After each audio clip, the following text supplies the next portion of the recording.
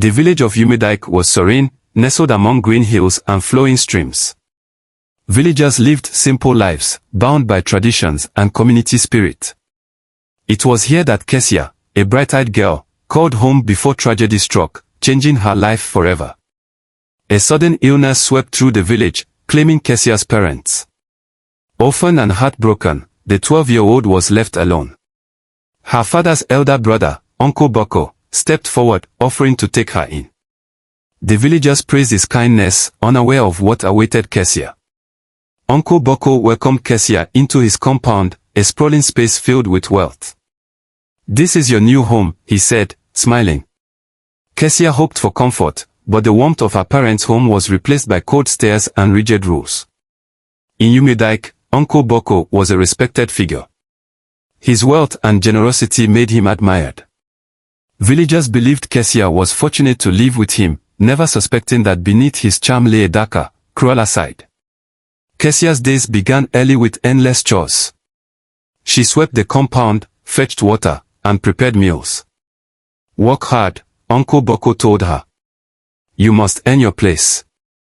Exhausted but obedient, Kessia kept silent, longing for her parents' love. At first, Uncle Bako's actions seemed kind.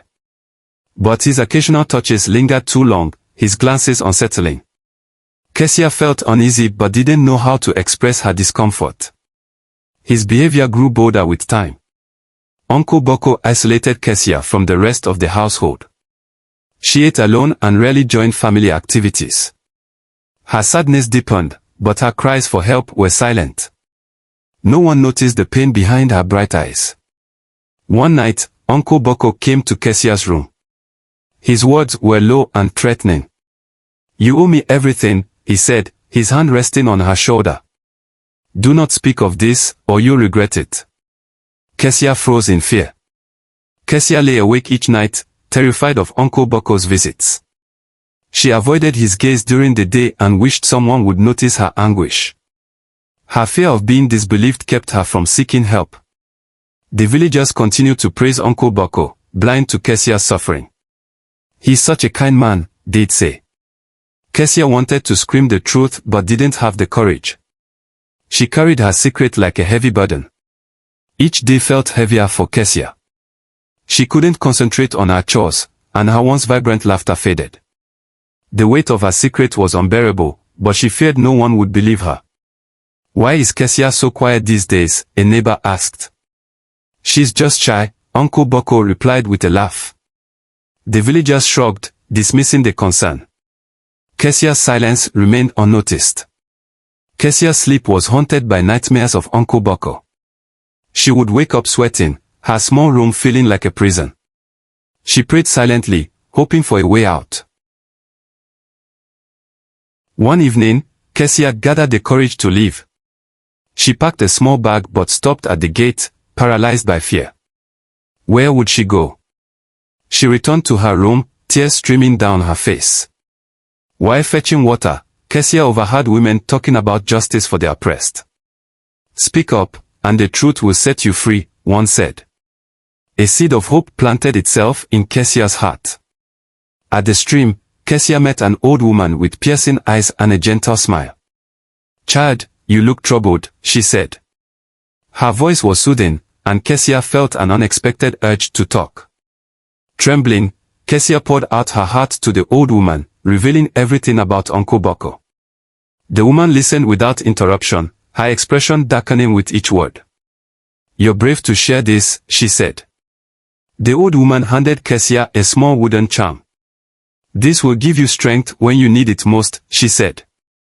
"Speak your truth, and justice will follow."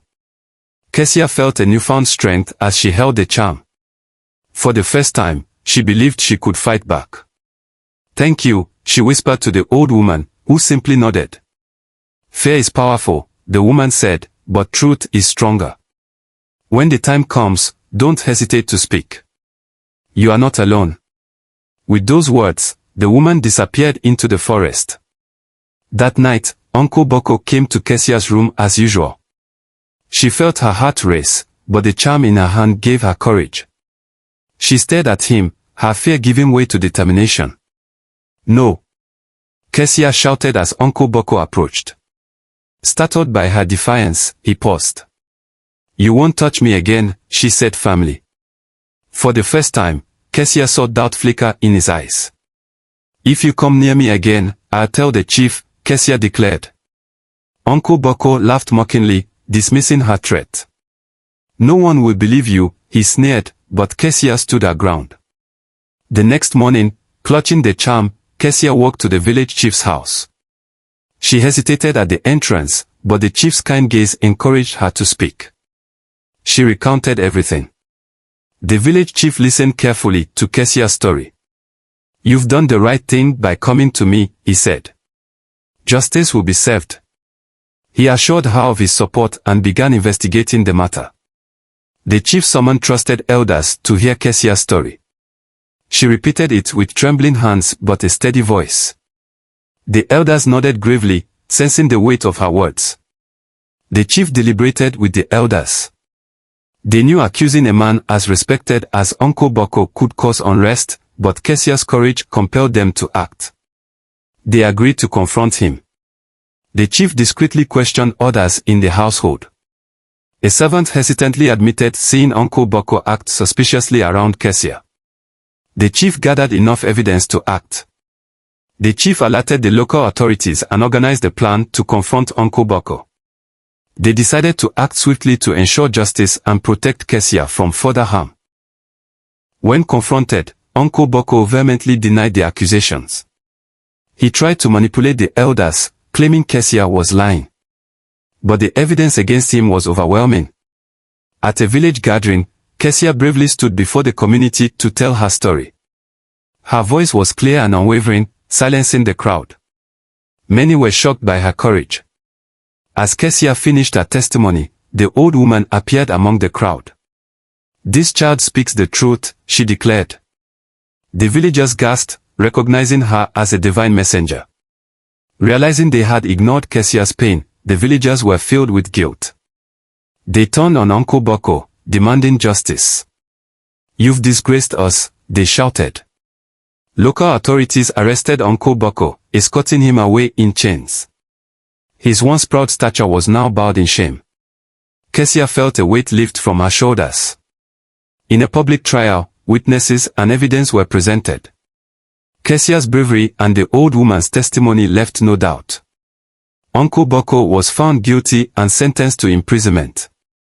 The village had details of Uncle Bako's actions, each revelation more damning than the last. Villagers began to reflect on how they had overlooked signs of his behavior. The chief announced the punishment. Uncle Bako was banished from the village and sentenced to serve time in prison. Justice had been served, and the villagers applauded the decision. The chief declared a new rule: all children must be protected, and any signs of abuse would be investigated immediately. The community vowed to never allow such neglect again. Families came together to pledge their vigilance. Parents promised to pay closer attention to their children, and neighbors vowed to look out for one another. With Uncle Bako gone, Kesia was free. She was taken in by Mama Agba, a kind elder who offered her love and care. Kesia finally felt safe and cherished. Mama Agba's home was warm and welcoming. She treated Kesia like her own child, giving her the love and attention she had missed for so long. Kesia struggled to trust adults again, but Mama Agba's gentle care helped her begin to heal.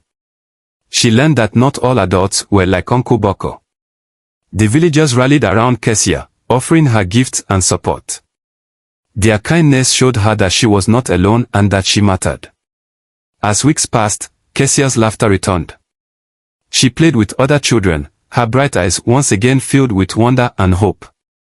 Kesia held the wooden charm close, grateful for the courage it had given her. She kept it as a symbol of her strength and resilience.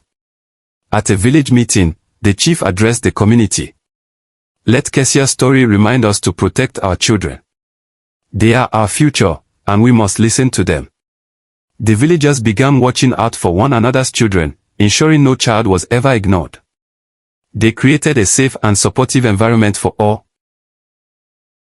Kesia's story became a cautionary tale, passed down through generations. It reminded the village of the dangers of silence and the importance of vigilance. The old woman vanished, leaving behind no trace. Many believed she was sent by the gods to protect Kesia and teach the village an important lesson.